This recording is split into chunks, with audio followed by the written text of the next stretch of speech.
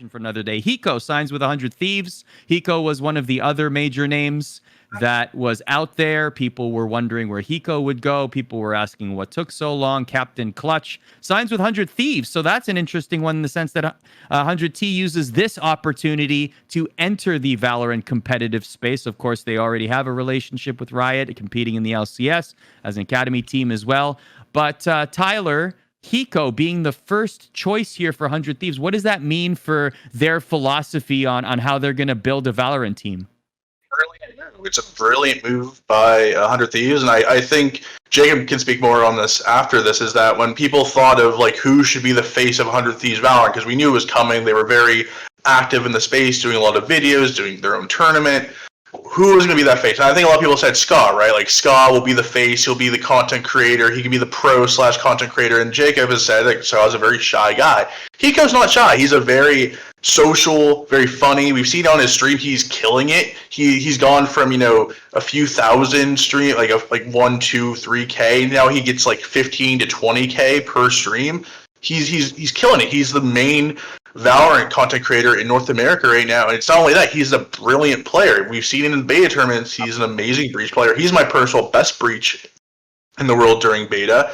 And if you want one player to kind of build his own team, giving the keys to one player to just kind of build out the stack, you give it to Hiko. And I believe this deal was probably a few weeks ago, or it's been in the making, because I know I've been told by sources that they were looking at Ska, maybe Ska and Hiko. Obviously T1 got Ska, but now you have Hiko as your kind of your crown jewel, and you get to build a team around him, and he gets to kind of pick his team. So it's gonna be really fun. I'm happy where everything landed up. I'm happy Ska and Hiko are on different teams, because I think that makes T1 the most interesting story that they could be, and now Hiko gets to build his own team, which is going to be super, super exciting. So, yeah, on that point, right, like, a couple things. First, shout out to Hiko in that video, because my man looks great. I know that he was sort of, like, giving us a little bit of grief for using old photos of him for when he was a pro in CS, because he's had so much weight loss success. So, shout outs to Hiko as someone who has done that. That is a golf clap for the boy.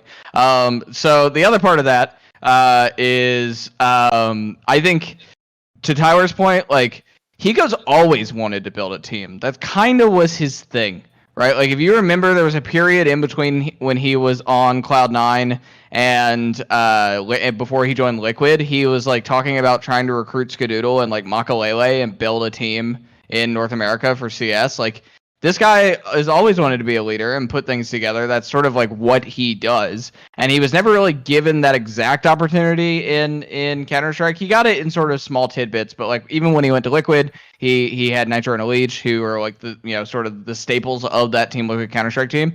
So I think sort of giving him the keys is pretty smart, even from a branding perspective, right? Like, that's what something 100 Thieves does really well, is sort of emboldening people. That's what they do really well with Nadeshot, right? Like, yeah, Nadeshot's involved in decision making, and he's the CEO and the founder of 100 Thieves, but like, Nadeshot's not the only business guy in the room every time 100 Thieves makes a decision. They actually have a pretty robust organization, but like, you probably don't know that if you don't follow close attention, because Nadeshot, they do a good job of elevating Nadeshot overall, right? And I think they'll do the same with Hiko in terms of making him team leader and sort of like taking his input. And he is like, this is the perfect career revival for him, right? Like, he didn't really have anywhere he could have gone in CS any longer. I think that maybe it was skill, maybe it was like people didn't want to play with him, whatever it may be. Like, his time in CS was more or less over in the pro scene, and like, this is perfect for him. He's clearly very good at Valorant. We've seen him play.